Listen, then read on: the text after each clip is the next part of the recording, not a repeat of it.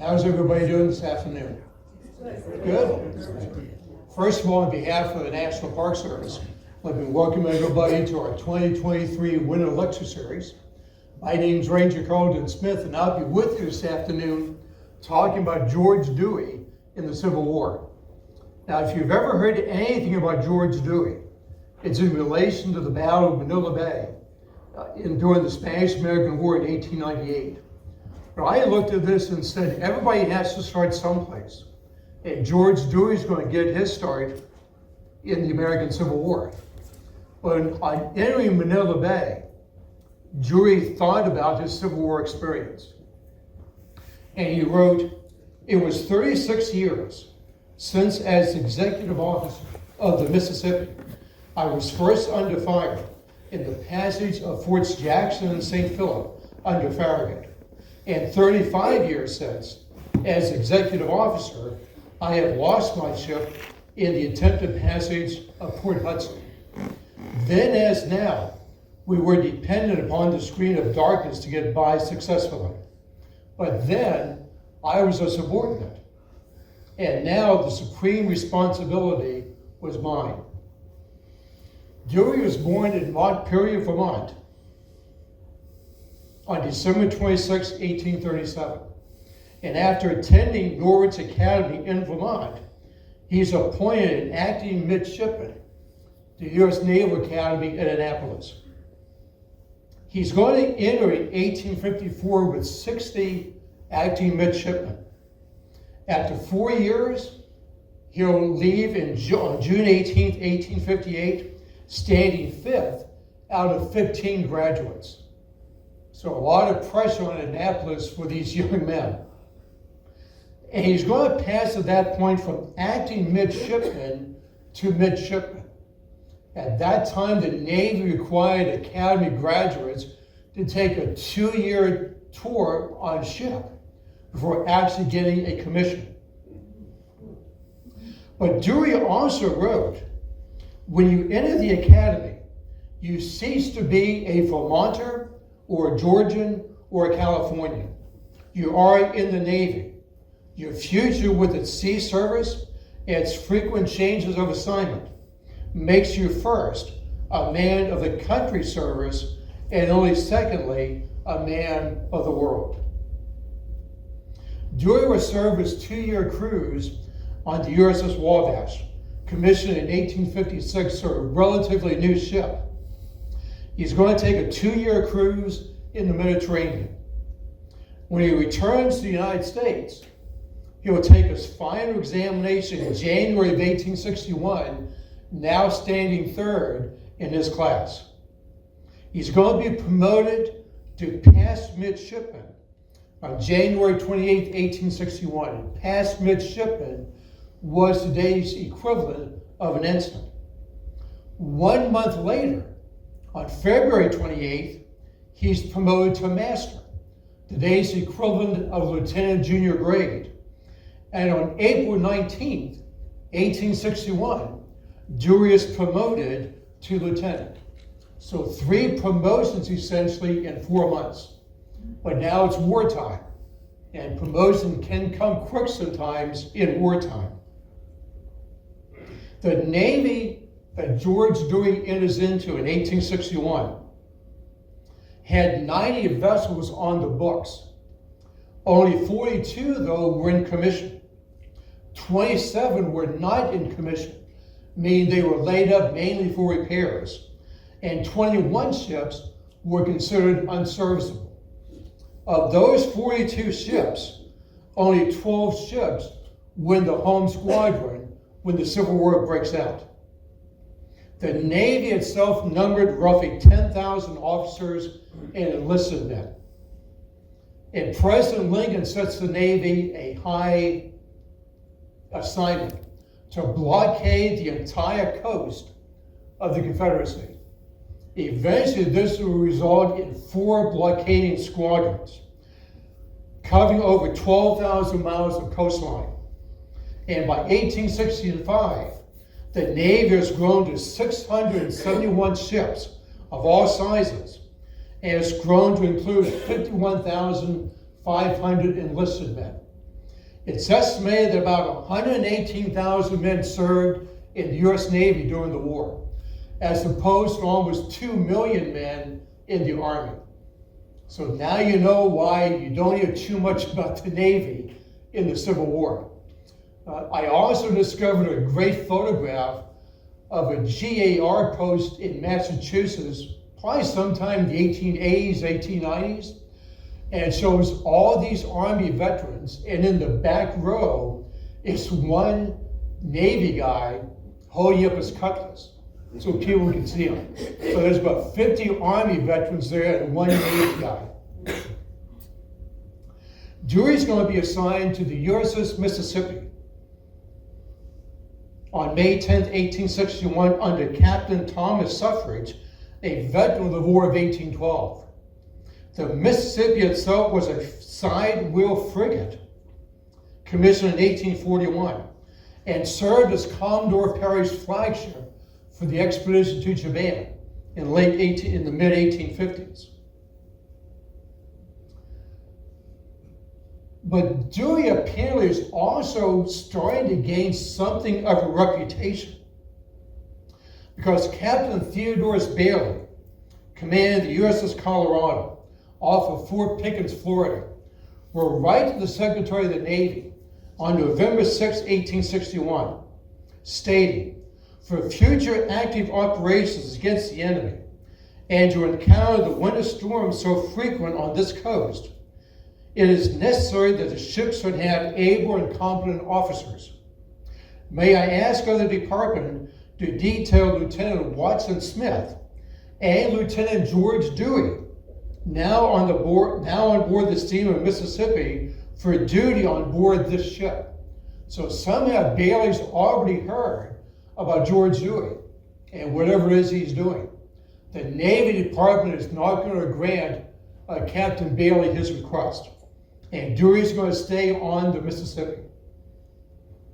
Eventually, Commander Karlton Smith will relieve Suffridge of command of the Mississippi. By that time, the 6 officers senior to Dewey had been reassigned, leaving Dewey as the next senior officer and by default, the executive officer of the Mississippi. In the Navy, the executive officer is basically the second in command of the ship. The ship itself is assigned to the West Gulf Blockading Squadron under the command of Flag Officer David Farragut. And there are questions being raised about Dewey's youth and his inexperience. So Farragut apparently got in touch with Smith about this and asking Smith his opinion. Smith apparently wrote back and said, Dewey is doing all right. I don't want a stranger here. And apparently Farragut's attitude was, it's your ship. If you want Dewey, we'll keep him and see how he goes. So Dewey is now serving as executive officer of the Mississippi, which means Dewey has a chance on occasion to observe Flag Officer David Farragut. And Dewey said that Farragut was not one of the captains whose initiative had been weakened by age. Now, if you remember, Farragut was born in 1800, so he's 62 years old at this point. The only criticism offered of him was that possibly he had too much of it, but that proved a very winning fault for him. The Dewey Farragut had always been my ideal of the naval officer, urbane, decisive, indomitable. Farragut's target, if you will, is the city of New Orleans, Louisiana, the 7th largest city in the United States with a population of over 180,000. It's the only city in the South with a population over 100,000. It's the largest slave market in the United States. It's the commercial heart of the Deep South. Half of all the cotton in the United States passes through New Orleans. About 1.4 million bales of cotton, followed by tobacco and sugar. It's 3 times more cotton going through New Orleans than Mobile, Alabama, which is the 2nd largest exporter of cotton. New Orleans also houses the U.S. Mint and Customs House, and the Confederate Navy established an ordnance depot in New Orleans, and local shipbuilders are producing some very innovative warships, including an early ironclad called the CSS Manassas. Farragut Squadron will cross the bar at the mouth of the Mississippi River, and it'll get underway by midnight of April 23rd, 1862, to go past Forts Jackson and St. Philip. The Mississippi itself is in the 1st Division and the 3rd ship in line. But Dewey said Smith came to him right before they started. "I cannot see in the light," Smith declared, with characteristic bravery. "I am going to leave that to you, Dewey. You have younger eyes." So Captain Smith's going to take charge of the battery. He's going to leave the helming of the ship to Dewey in Dewey's first combat assignment. Dewey also reported that shot and shell were flying and bursting around us in all directions, crashing through our ship, scattering splinters of boats on all sides, killing and wounding our men in a terrible manner. Dewey's going to spy the Manassas. And he's going to try to run it down, but the Manassas sheared off at the last minute to avoid the collision. The Manassas then will strike the Mississippi just aft of the port paddle wheel, but causing no significant damage. Smith now wants to ram the Manassas himself, but he thinks he needs permission to do it. Dewey reported then that the Hartford, Farragut's flagship, smoke blackened from the fire which the firecraft had caused, and looking a veritable battle-stained and triumphant veteran of war, came steaming by. Farragut was under rigging, his face eager with victory in the morning light, and his eyes snapping. "Run down the ram," he called. So Dewey now turns the Mississippi to ram the Manassas, and again at the last minute, the Manassas swerves to avoid the collision, but runs aground, and the crew has to abandon ship and scuttle it. Eventually, the Mississippi, like the rest of the squadron, would make its way off the port of New Orleans. In his official report, Captain Smith stated, "I have much pleasure in mentioning the efficient service rendered by Executive Officer George Dewey, who kept the vessel in her station during the engagement, a task exceedingly difficult from the darkness and thick smoke that enveloped us from the fire of our vessel and the burning gunboats." But this is not necessarily a comfortable assignment, being on the Mississippi River. Dewey remembered being on board of a man of war off New Orleans through the summer was like being in a floating oven. It was out of the question to sleep in our cabins. We slept on deck. I do not suppose that the character of the mosquitoes on the Mississippi has changed with the passage of time. Now, Farragut, after New Orleans, did take part of his fleet upriver to Vicksburg. But where New Orleans is at sea level, Vicksburg's on a 300-foot bluff. And they are not going to surrender to a bunch of ships commanded by Farragut. So he eventually had to fall back to New Orleans. Meanwhile, the Confederates will reinforce the batteries at Vicksburg and also reinforce the defenses at Port Hudson, just below Vicksburg itself.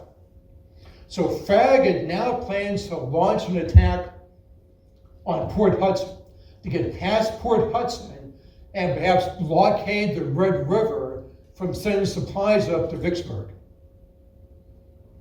On March 14th, 1863, at 10 o'clock at night, Farragut will start to run the batteries at Port Hudson. The Mississippi is the fourth ship in line. Dewey remembered almost immediately after we were engaged, a pall of smoke settled over the river and hung there, thickening with the progress of the cannonading. Now, there was a pilot on board the Mississippi to get him past some of the shoals in the river. And he thought he had gone past the last shoal and ordered the Mississippi to put on full steam. He miscalculated and said the Mississippi ran right into the shoal and got stuck, and they couldn't get it off. They tried to lighten the ship, do anything they could, but whatever they did, the ship just would not budge. It stuck there fast. The first thing Smith and Dewey decided to do, they have to evacuate the ship, but they want to get the wounded off first. So utilizing the boats from the ship, Dewey will lead them to the far shore on the opposite side from Port Hudson to get the wounded off. The reason Dewey went with the boats is there was some concern they might not come back to the ship. So they're constantly running back and forth to get the wounded off. But they can't let the ship fall into the hands of the Confederates. So they started to set fires in different parts of the ship. Dewey remembered the fire we had started in the wardroom broke through the skylight in a great burst of flame, illuminating the whole after part of the ship. It must have revealed our boat clearly, and was a signal to those on the bluffs along the banks to break out into that rebel yell, which I then heard in full chorus of victory for the first and last time in my life. It was not pleasant to the ear. But after making sure the fires were set and the ship's not going to be captured, this in the best naval tradition, Captain Smith and Lieutenant Dewey will be the last ones to leave the ship. And again, Captain Smith reported, "I consider that I should be neglecting a most important duty should I omit to mention the coolness of my executive officer, Mr. George Dewey. With their ship now gone, the officers and crew reported back to New Orleans, and the post commander there, Commodore Henry W. Morris, was assigned Dewey to duty as a prize commissioner.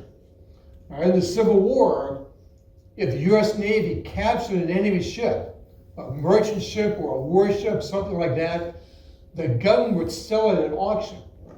The contents and everything. The government would collect half the money from that auction. The other half was given to the crew as what was called prize money, almost like a bonus for capturing the ship. As you might expect, the captain of the ship got half of that prize money because he's the captain. So Dewey's job is to make sure this process works out smoothly. Eventually, though, he's ordered to the USS Monongahela under the command of Captain Abner Reed. Because Farragut's flagship, the Hartford, is now north of Port Hudson, blockading the Red River. Whenever Farragut is back in New Orleans, he makes the Monongahela his temporary flagship. So Dewey sees Farragut personally on almost a daily basis when he's back there. And Dewey wrote that Farragut was not given to lengthy written detail. His was the supreme gift of directness and simplicity in great affairs, so valuable in time of war. Valuable as the train of Annapolis was, it was poor schooling beside that of serving with Farragut in time of war. Below Port Hudson is the town of Donaldsonville, Louisiana. And guerrillas in the area have been firing on Farragut's ships going up and down the river. So on about August 10th, 1862, Farragut issued orders to burn part of the town in retaliation for this Confederate activity. The town itself would be captured by Union forces on October 25th, 1862. But on July 7th, 1863, the Monongahela and the New London are patrolling the river between Donaldsonville and New Orleans, with the engaged Confederate batteries 12 miles below Donaldsonville. A shell smashed through the bulwarks of the ship on a port quarter, wounding Captain Reed in the abdomen and the right knee, causing his death the next day, leaving Dewey again in command of the Monongahela. Dewey remembered that he, Reed, and Captain Jenkins and myself were standing near each other on the quarterdeck, and we had fired only a few shots when there was a blinding flash in my eyes. I felt the stunning effect of the concussion of an exploding shell, which always raises the question of whether you will be alive or dead the next second. But again, Dewey's coming to the notice of senior officers. Captain Thornton Jenkins, the senior officer afloat, reported that Lieutenant Dewey, the executive officer of this vessel, the other officers and the crew displayed an unrivaled coolness and courage during the entire action. And another officer reported Lieutenant Commander Dewey displayed coolness, skill, and judgment in managing the Monongahela and in getting off the New London. He was able to use his bow and stern guns and boat howitzers, and was passing the batteries, he did so effectively. Dewey's going to be assigned to the USS Brooklyn, a screw sloop under the command of Captain George Emmons. The ship itself is assigned to the South Atlantic Blockading Squadron under the command of Rear Admiral George Dewey.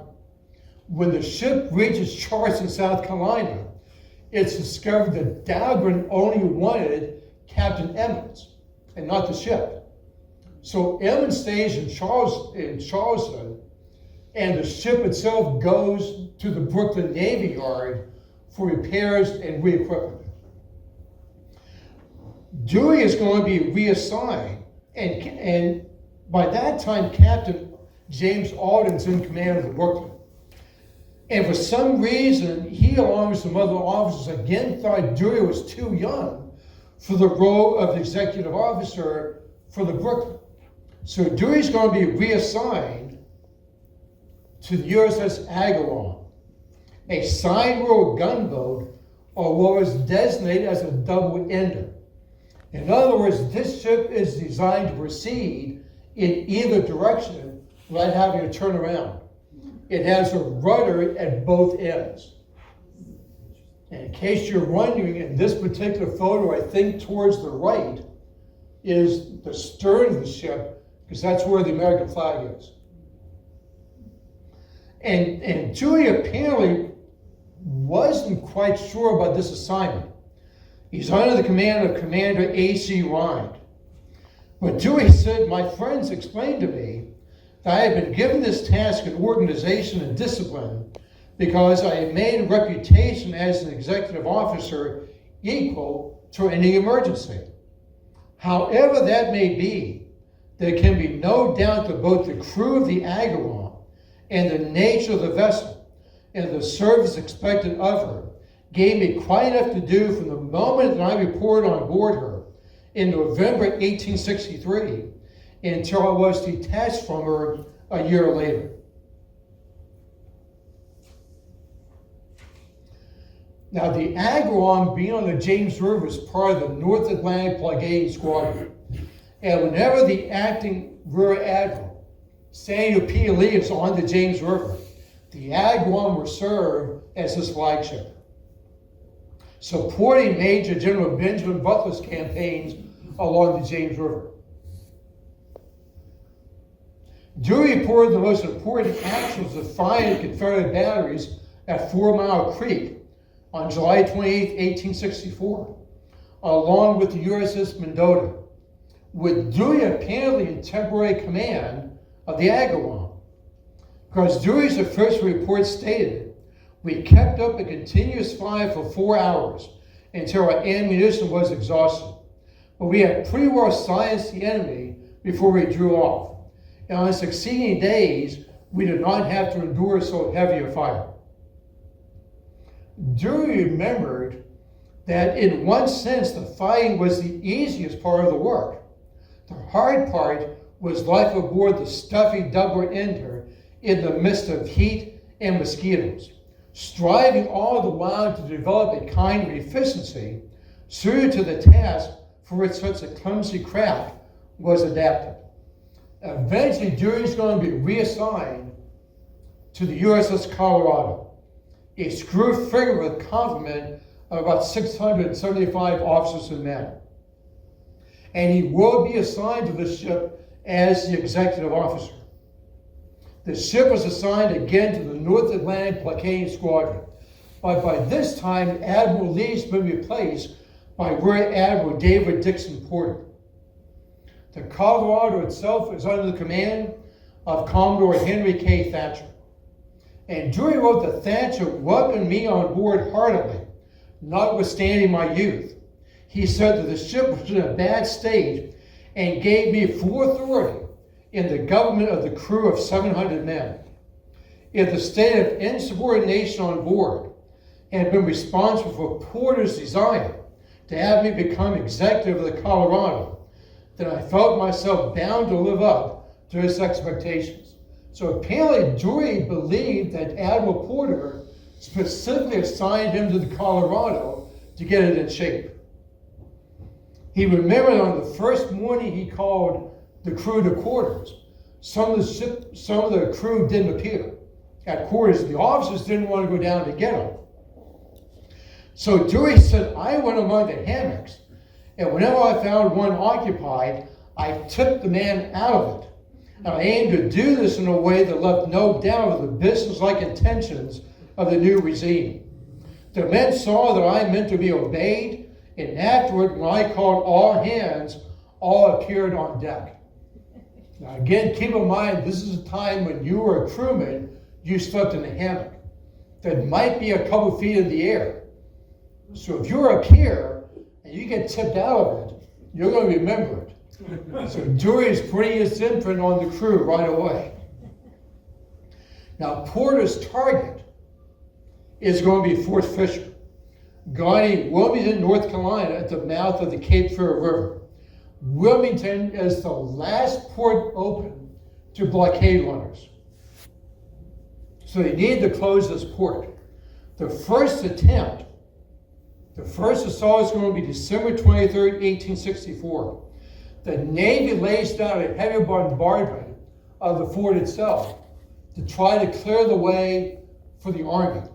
Now, the Army under Benjamin Butler will land, but Butler feels the fort is not softened up enough, doesn't even try to make an assault, and returns back to the ships. Butler's going to be replaced. So the new commander and Porter go back to Fort Fisher, and the second assault is going to take place on January 13th, 1865. And this time the Army will land and prepare for an assault. And the Porter squadron will again open fire on the fort to prepare the way. By this time, Admiral Porter had felt that in a situation like this, the Navy might soften everything up.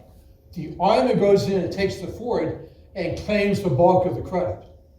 So Porter decides to organize a landing party of 1,600 sailors and 400 Marines to also assault the fort. Now keep in mind, these are sailors and not Army. So the sailors are not trained in infantry tactics. They're not trained to act as a 1,600-man unit in a sense. And the only weapons they're taking with them are what they would take to board the ship, meaning basically cutlasses and pistols. And that's it. Now, Dewey, as executive officer of the Colorado, should have had the ship's contention. But Thatcher was the senior officer of the fleet next to Porter. So if anything happened to Porter, Thatcher would take command of the squadron, and Dewey would take command of the Colorado. And Thatcher apparently wasn't quite ready to do that. So Dewey stays on board of the Colorado. And Dewey reported the Colorado's part during the day was the same as that of the previous bombardment. We joined the other ships in pounding the batteries as hard as we could with all our guns. How terrific that bombardment made be realized when I say that in the 2 days Porter's fleet discharged against Fort Fisher over 18,000 shells. So it meant the naval assault is going to fail miserably. But because the naval assault started before the Army, the Confederate defenders came down to this part of the fort to defend it, leaving the rest of the fort basically unguarded. And the Army can now sweep in and take the fort.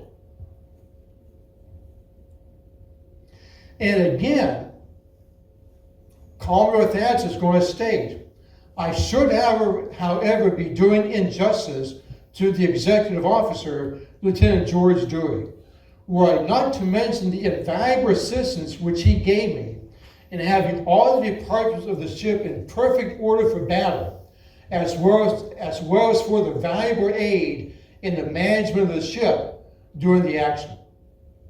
Now, shortly after this, Admiral Farragut is asked to give his opinion on the new guns and type of ships being developed for the Navy. Farragut wrote to the Secretary of the Navy, I think the world is sadly mistaken when it supposes that battles are won by this or that kind of gun or vessel.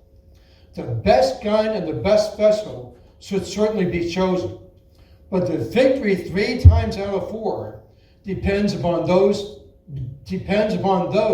who fight them. What signifies the size and caliber of the gun if you do not hit your adversary? And at the Manila Bay, Dewey would echo those same sentiments. On March 3rd, 1865, Dewey is promoted to the rank of Lieutenant Commander and assigned to the USS Kearsarge, who also served as executive officer again on the USS Colorado in the Mediterranean. From 1862 to 1867, George Dewey would serve as executive officer on 9 different ships. Dewey is going to marry Susan Boardman Goodwin, the daughter of New Hampshire's wartime governor, on October 24th, 1867.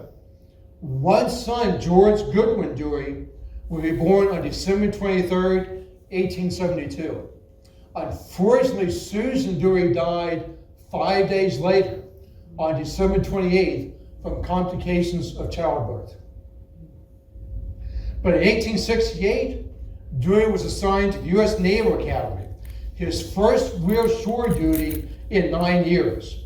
He's placed in charge of 4th class midshipmen and in general charge of the ships stationed at the Academy. His next shipboard assignment will be the USS Narragansett. He will be promoted to the rank of commander on April 13th, 1872. He is appointed as lighthouse inspector for the 2nd District headquarters in Boston, and also served as naval secretary to the Lighthouse Board in 1878 in Washington, D.C. In October of 1882, he's assigned to USS Juniata, but this assignment will be cut short due to illness. He is promoted to captain on September 27th, 1884. In 1885, Dewey is assigned as commanding officer to the USS Pensacola, a veteran of the Battle of New Orleans, and will serve a 3-year tour of duty in the European squadron. Afterwards, Dewey remembered the return trip across the Atlantic with the Pensacola was my last experience on board a ship that carried sail, and my last sea service until I was to hoist my Commodore's broad pennant. In July of 1889, Captain Dewey is assigned as Chief of the Bureau of Equipment, Navy Department in Washington, D.C. In October 1895, he's made President of the Board of Inspection and Survey, which oversaw the planning and the final outfitting for the new Steel Navy.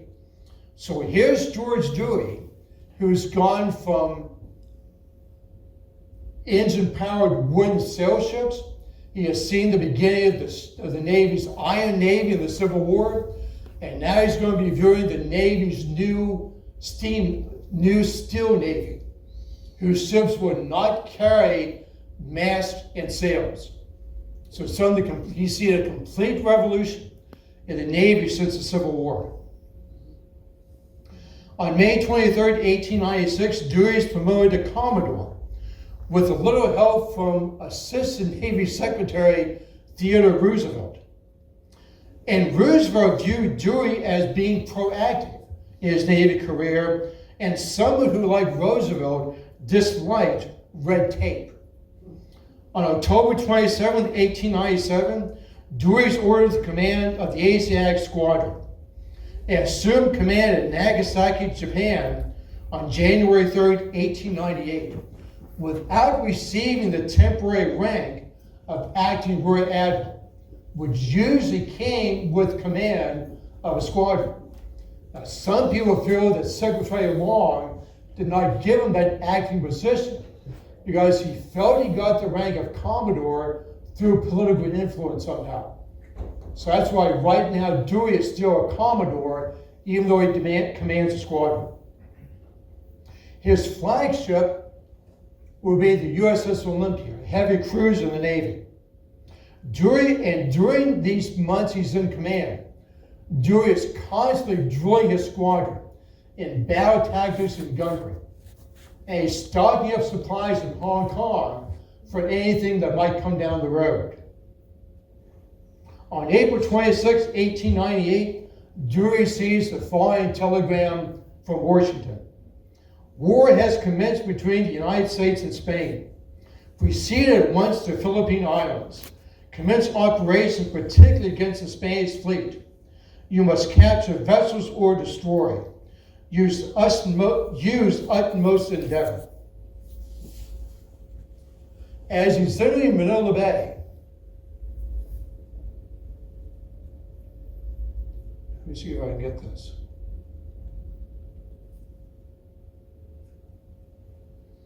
Here we go. As he's entering Manila Bay, Dewey has to pass the Spanish fortifications on Corregidor, and they had a line of mines set up to try to stop him. But under cover of darkness, Dewey would take a squadron and enter Manila Bay. When he's doing that, and in the planned stage of this, Dewey said, whenever I have been in a difficult situation, or in the midst of such a confusion of details, that the simple and right thing to do seemed hazy, I have often asked myself, what would Farragut do?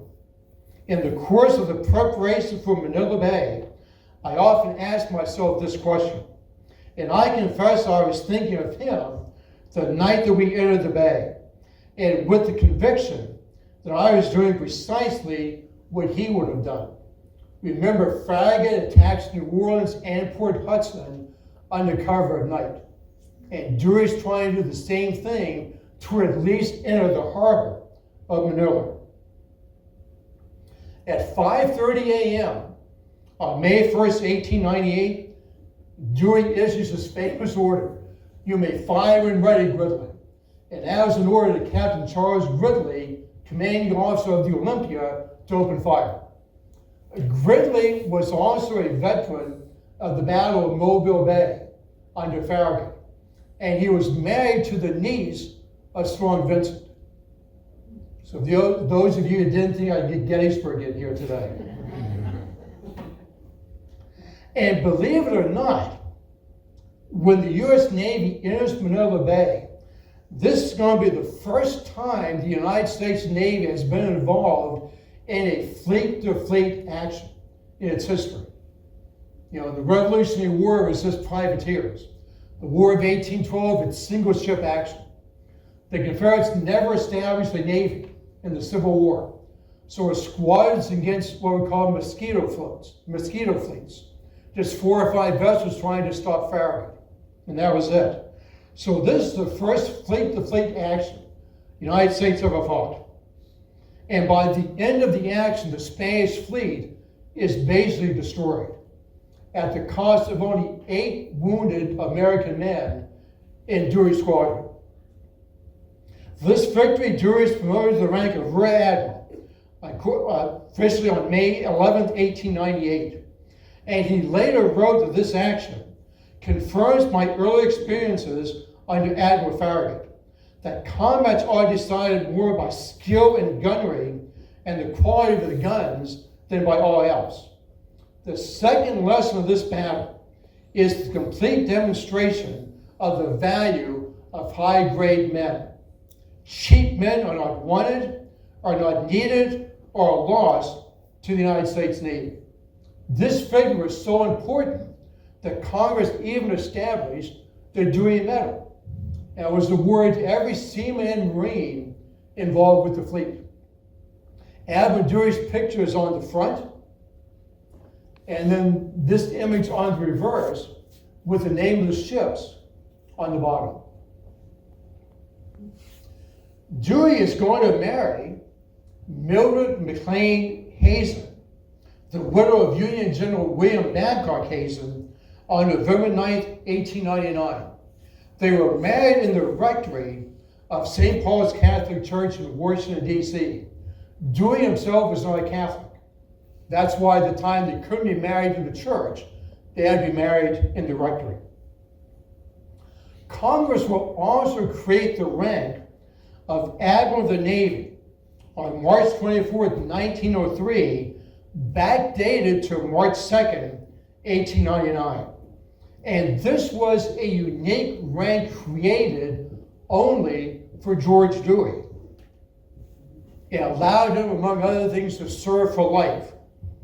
And it said graded rank to exist only during the lifetime of this officer. So again, it's a unique rank established only for George Dewey. And here you see Dewey wearing the Dewey Medal. But it might be a little hard to see, he's wearing the reverse of the medal. He felt that his image on the front of it, people said he was too modest to wear his own image on the front. And that's why he's wearing the reverse of it on his uniform. Dewey is also made president of the General Board of the Navy in 1900.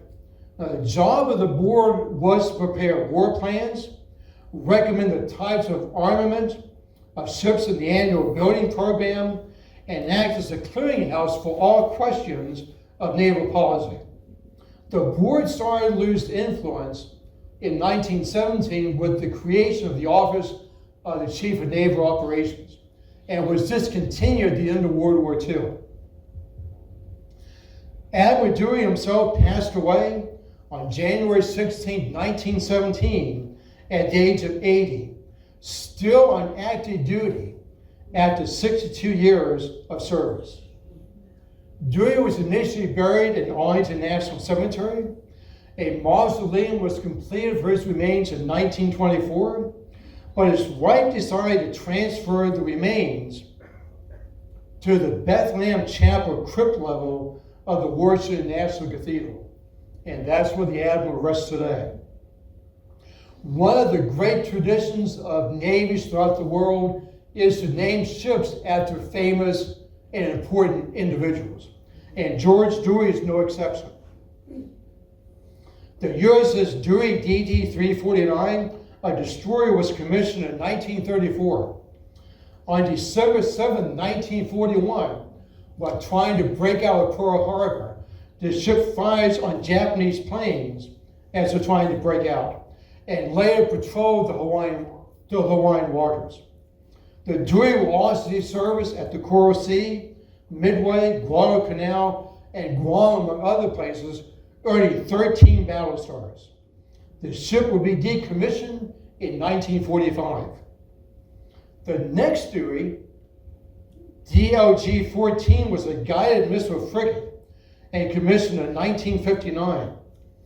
She was decommissioned 10 years later and then redesigned and recommissioned as the DDG-45, a guided missile destroyer,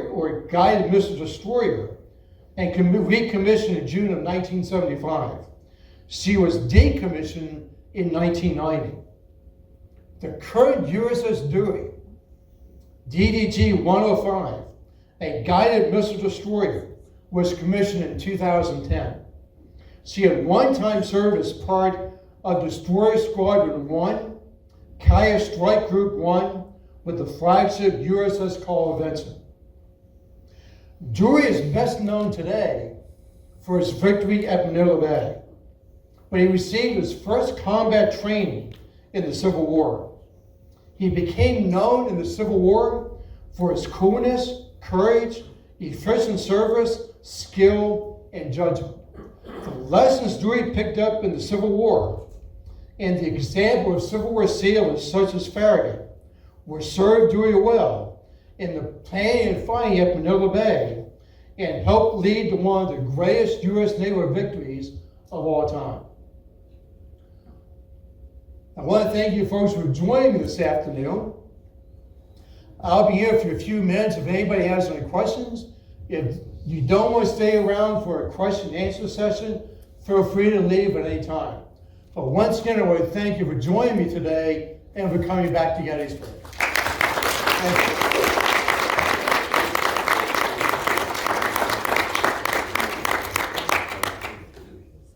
Yes. How did he take care of his only child when he had such a glorious career and his wife died 5 days afterwards, and what became of that child? It appears that George Goodwin Dewey was raised by his paternal aunts. I don't get the impression that Admiral Dewey had much to do with his upbringing. There is a story I've read that Dewey was kind of vain about his looks, I guess. And one time he was escorting some ladies somewhere. I don't know what year this was or anything like that. But he had to meet his son along the way. And he quickly introduced his son as his younger brother. The son died, I have it in here. I want to say the son died in 1965.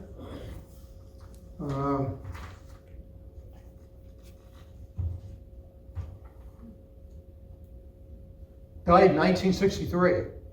I believe he graduated from Harvard, worked on Wall Street, and his obituary did say he had become a millionaire because of that. But George Goodwin Dewey, as far as I know, never married, never had children, so there are no descendants of Admiral Dewey today. And he died in Chicago, by the way. Anything else?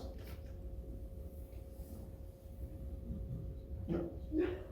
Yeah, somebody up here? Yeah, there's one up on the top here. Do I understand correctly that George Dewey and his son were born on the same day? 23rd of December? Did I see that? Yeah, George Goodwin was born December 23rd, and George Dewey was born December 26th. Oh, December, that's right. So 3 days apart. Okay, 3 days ago. Okay, thank you. You're welcome.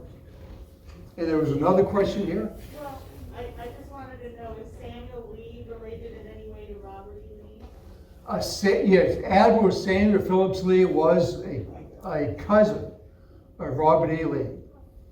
He was married to one of the daughters of the Blair family. So that he had that connection with the Blair family as well. And that's probably one of the things that helped him get command to begin with.